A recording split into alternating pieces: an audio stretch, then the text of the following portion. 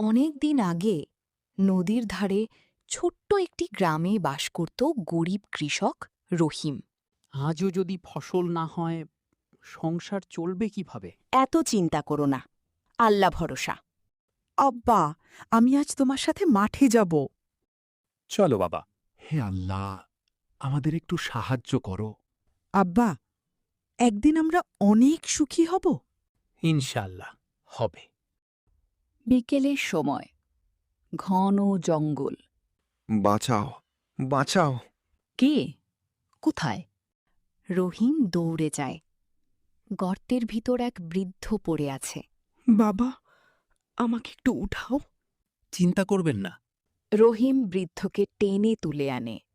রহস্যময় হাসি দেয়। তুমি খুব ভালো মানুষ। তিনি একটি চকচকে বীজ বের করেন। এই জাদুর আমের বীজ তোমার উঠানে লাগিও।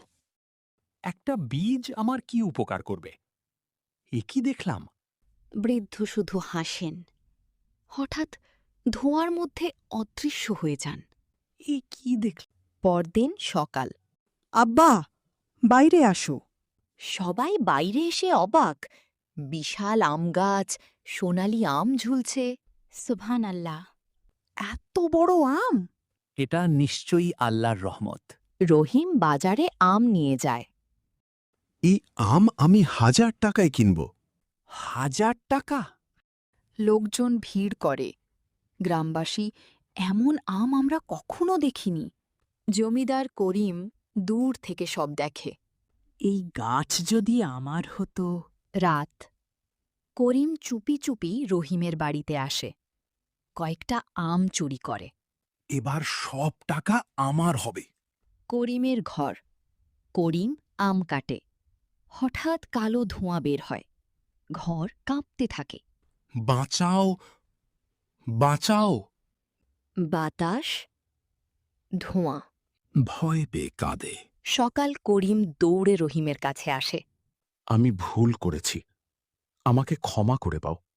লোভ মানুষকে ধ্বংস করে। আমি আর কখনো খারাপ কাজ করব না। রহিম গরিবদের আম বিলিয়ে দেয়। আল্লাহ তোমাকে সুখে রাখুক বাবা। গ্রামের সবাই খুশি। হঠাৎ সেই বৃদ্ধ আবার আসে। বৃদ্ধ, যে মানুষ অন্যকে সাহায্য করে তার জীবন সুখে ভরে যায়। তিনি আবার অদৃশ্য হয়ে যান।